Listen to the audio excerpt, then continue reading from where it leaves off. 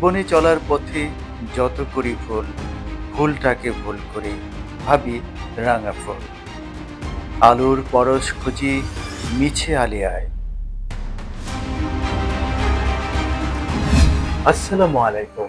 সম্মানিত দর্শক শ্রোতা, ইউনূস সরকারের প্রতিটি পদক্ষেপে মোহাম্মদ আজিজের এই গানটি যেন অমোঘ সত্য হয়ে ফুটে উঠেছে।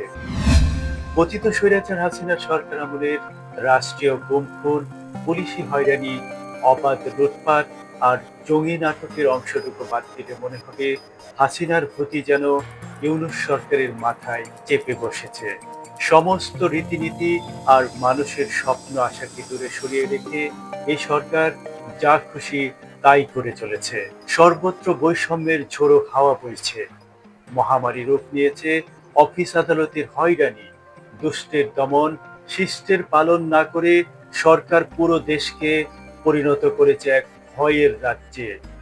সার্বিক পরিস্থিতিতে এ কথা বললে অত্যুক্তি হবে না যে এই যেন এক বৈষম্য প্রেমী নব্য স্বৈরাচার। চাকরিচ্যুতি, ওএসডি এবং বাধ্যতামূলক অবসর দেওয়ার নতুন রেকর্ড করেছে সরকার। এর পেছনে চলছে অগুন্তি টাকার খেলা। ওএসডি কর্মকর্তাদের ফেরাতে মোটা অঙ্কের টাকার অফার করেন ছাত্র সমন্বয়ক চক্র। বনিবনা হলে বসানো হয় তাদের পছন্দের চেয়ারে। ফেসিবাদের দোসর দুর্নীতিবাজ কর্মকর্তাদের শাস্তি হলে এদেশের সবার মতো আমিও স্বাগত জানাতাম, কিন্তু সরকার হাঁটছে ঠিক তার উল্টো পথে। একদিকে দক্ষ, পেশাদার, মেধাবী ও সৎ কর্মকর্তাদের কোণঠাসা করা হচ্ছে, অন্যদিকে টাকার বিনিময়ে ফেসিবাদের দোসর দুর্নীতিবাজ কর্মকর্তাদের পুরস্কৃত করা হচ্ছে। দশম সংসদ নির্বাচনে জড়িত থাকায় পুলিশের ১০৩ জন সদস্যের বিপিএম, পিপিএম পদক প্রত্যাহার করলেও নবম এবং একাদশ নির্বাচনে জড়িতদের পদক কেন প্রত্যাহার করছেন না, দেশের মানুষ জানতে চায়। সম্মানিত দর্শক শ্রোতা, চলুন এবার দেখে নেওয়া যাক বৈষম্য প্রেমী নব্য স্বৈরাচারের কিছু কর্মকাণ্ড। গোলাম রসুল অতিরিক্ত ডিআইজি হিসেবে স্বৈরাচার হাসিনা সরকার আমলে পদোন্নতি পেয়েছেন এবং পুলিশ স্টাফ কলেজে কর্মরত ছিলেন, তবে ডিআইজি হতে পারেননি। বিগত সরকারের সময় তিনি ডিআইজি হওয়ার প্রাণান্ত চেষ্টা চালান। এর অংশ হিসেবে তিনি পুলিশ স্টাফ কলেজে বঙ্গবন্ধু চেয়ার স্থাপনের লক্ষ্যে পুলিশ স্টাফ কলেজ প্রধান ও পুলিশ সদর দপ্তরকে পাশ কাটিয়ে একটি প্রস্তাব স্বরাষ্ট্র মন্ত্রণালয়ে প্রেরণ করেন। স্বরাষ্ট্রমন্ত্রী কামালের সঙ্গে বিশেষ সম্পর্ক গড়ে তোলেন। বর্তমানে তিনি এসবি প্রধান হিসেবে কর্মরত আছেন। আব্দুল আলীম স্বৈরাচার সরকারের ঘনিষ্ঠদের একজন। ডিআইজি রংপুর রেঞ্জ এবং রংপুর মেট্রোপলিটন পুলিশ কমিশনার হিসেবে দীর্ঘদিন কাজ করেছেন। তৎকালীন বিরোধী দলের নেতাকর্মীদের গ্রেপ্তার, নির্যাতনে জড়িত ছিলেন। সরকারি ভ্রমণ ভাতা বিলে ব্যাপক গরমিলের অভিযোগে তাকে রংপুর থেকে ঢাকায় নৌ পুলিশে বদলি করা হয়। পদোন্নতি পেয়ে অতিরিক্ত আইজিপি হিসেবে নৌ পুলিশের প্রধান ছিলেন। বর্তমানে পুলিশ সদর দপ্তরে অতিরিক্ত আইজিপি হিসেবে কর্মরত আছেন। মোহাম্মদ সরোয়ার অতিরিক্ত ডিআইজি, প্রশাসন ও অর্থ হিসেবে পতিত স্বৈরাচার হাসিনা সরকার আমলে এসবির কুখ্যাত মনিরুল ইসলামের ডান হাত হিসেবে সমস্ত টেন্ডার নিয়ন্ত্রণ করতেন। পুরোটা সময় ছিলেন মনিরুলের ছায়া সঙ্গী। একজন হইল সারোয়ার, আর একজন হইল নজরুল, আর একজন হইল আশরাফ, আমার স্টাফ অফিসার। কাহিনীটা দেয়, এই সারোয়ার ছিল হলো শেরে বাংলা নগর কৃষি কলেজের ছাত্র দলের ওই যে নির্বাচিত মানে স্পোর্টস সেক্রেটারি সংসদের, ছাত্র সংসদের। আমার ব্যাচমেট, আমি অনেক চেষ্টা করছি তাকে, মানে পদোন্নতি হয় না, বারবার বাদ গেছে। আমি এডিশনাল আইজি হিসেবে গেছি, তখনও সে এডিশনাল ডিআইজি। সে একটা গুরুত্বপূর্ণ জায়গায় পড়ে আছে এসবিতেই। তা আমি তারে যাওয়ার পর কয়েকদিন পরেই তারে নিয়ে আসলাম, এসবি বানাইলাম। সে লোক খুবই মিসবিহেভ করে সবার সাথে, ব্যবহার খুব খারাপ, চামারের মতো।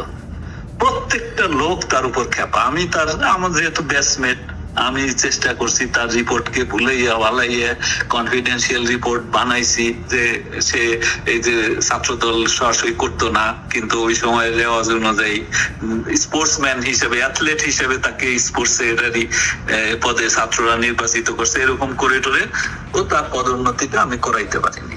আমি তো আর পদোন্নতি দেওয়ার মালিক না। রিপোর্ট আমি এত কোমল করছি, সমস্ত ক্ষমতা আমি তার হাতে দিয়ে দিচ্ছি।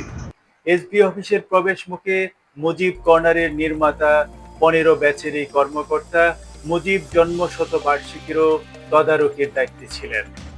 স্মরণ করতে পারেন, আন্দোলনকারীদের দমনে কৃতিত্বের জন্য খুনি হাসিনার দেয়া নগদ প্রণোদনার 25 কোটি টাকা মনিরুলের ভল্টে রাখা ছিল।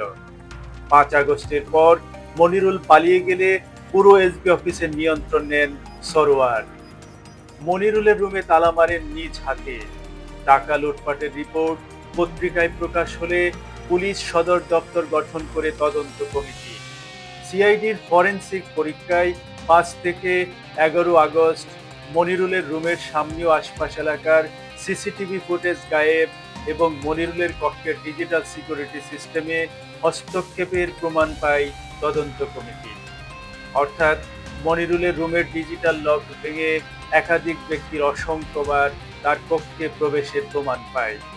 আমার সূত্র বলছে, সরোয়ারের ফিঙ্গারপ্রিন্ট সর্বোচ্চবার ব্যবহৃত হয়েছে বলে ফরেনসিক রিপোর্টে উল্লেখ করা হয়েছে, কিন্তু সরকার তাকে শাস্তির বদলে পুরস্কৃত করেছে। বর্তমানে ডিএমপির অতিরিক্ত কমিশনার ট্রাফিক পদে কর্মরত আছেন তিনি। ANM সাজেদুর রহমান এসবির SS টেকনিক্যাল পদে কর্মরত ছিলেন। তিনি সিসিটিভি সহ সব ডিজিটাল নিরাপত্তা ব্যবস্থার দায়িত্বে ছিলেন। 5 আগস্ট সরকার পতন হলে সাজেদুর সারোয়ারকে সার্বিক সহযোগিতা করেন, বিনিময়ে তিনি টাকার ভাগ পান। বর্তমানে হবিগঞ্জের এসপি হিসেবে কর্মরত আছেন। SN মোহাম্মদ নজরুল ইসলাম SS অর্থ হিসেবে এসবি প্রধান মনিরুল ইসলামের সব ধরনের আর্থিক দুর্নীতির মূল কারিগর ছিলেন। বর্তমানে ডিএমপির অতিরিক্ত কমিশনার প্রাইম হিসেবে কর্মরত আছেন। মোহাম্মদ রেজাউল করিম বিগত সরকারের সময় অতিরিক্ত ডিআইজি হিসেবে তৎকালীন আইজিপি AKM শহীদুল হকের সহযোগী ছিলেন। পরবর্তীতে তার কিছু দুর্নীতি উদ্ঘাটিত হলে বিভাগীয় তদন্তে তিনি আর প্রমোশন পাননি। বর্তমানে ডিআইজি অপারেশন হিসেবে পুলিশ সদর দপ্তরের হর্তাকর্তা সেজে বসেছেন।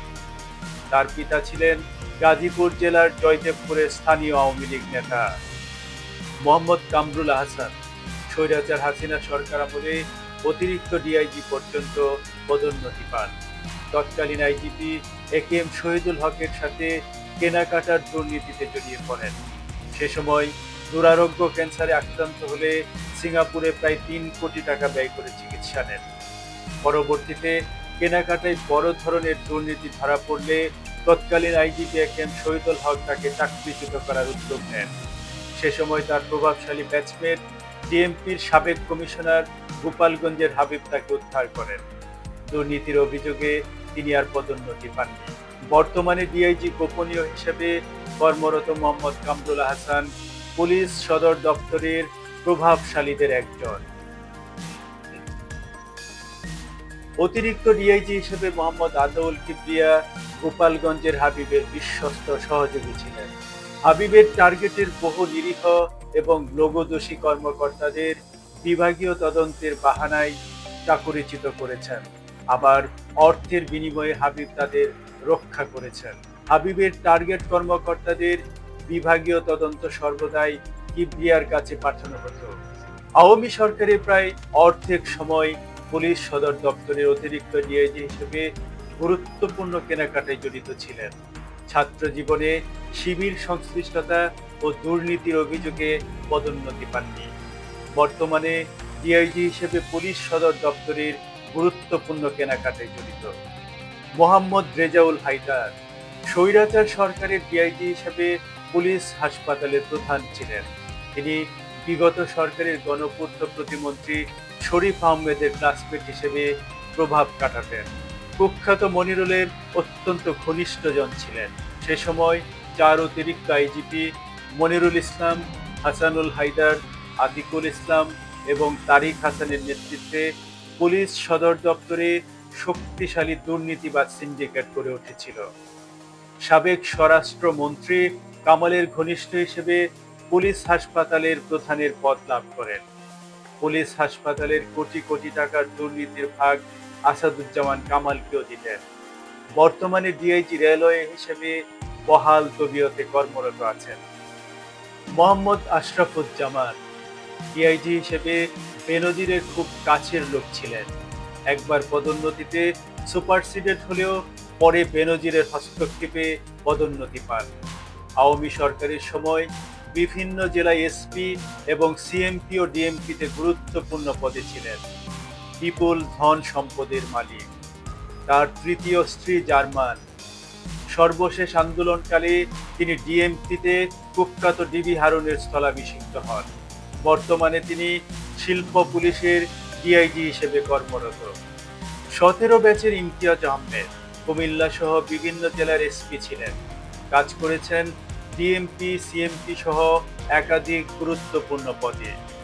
ডিআইজি হিসেবে র্যাবের অতিরিক্ত মহাপরিচালক প্রশাসন ছিলেন অনেক বছর।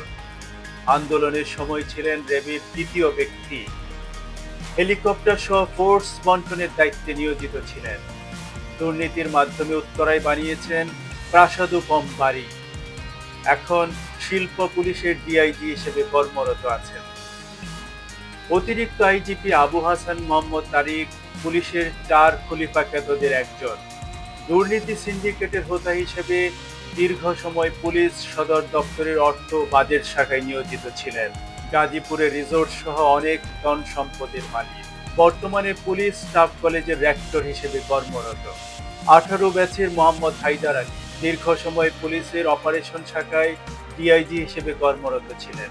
একাধিক জেলার এসপি সহ ঢাকা রেঞ্জের ডিআইজি ছিলেন। এত বেশি বিদেশ সফর করেছেন যে পুলিশের সমস্ত বিদেশ সফর তিনি একাই করতেন বলে কথিত আছে। দুর্নীতিগ্রস্ত একজন কর্মকর্তা। বর্তমানে ডিআইজি হিসেবে পুলিশ ট্রেনিং সেন্টারে কর্মরত। রেজাউল হক ফেসিবাদের অন্যতম দোসর হাসানুল হকিনুর লোক হিসেবে আওয়ামী লীগের আমলে ফেনী সহ গুরুত্বপূর্ণ জেলার এসপি ছিলেন। পুলিশ সদর দপ্তরের ডিআইজি ছিলেন। এখন উপদেষ্টা আদিলুর রহমানের দাপট দেখিয়ে চলছেন। বর্তমানে খুলনা রেঞ্জের ডিআইজি হিসেবে কর্মরত।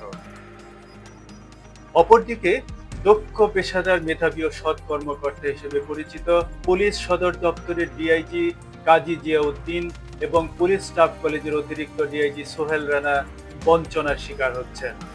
প্রায়ই তাদের নামে ভিত্তিহীন বদনাম রটাচ্ছে দুর্নীতিবাদ চক্র।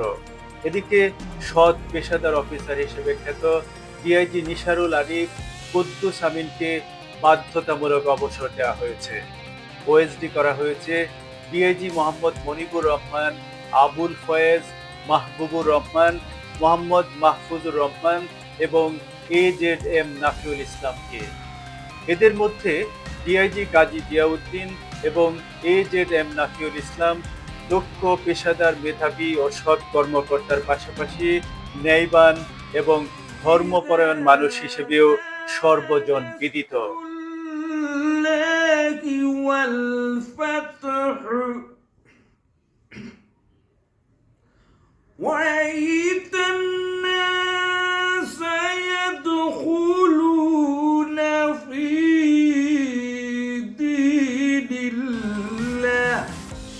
সেবা প্রার্থীদের সঙ্গে সদাচরণের জন্য তাদের সুখ্যাতি আছে।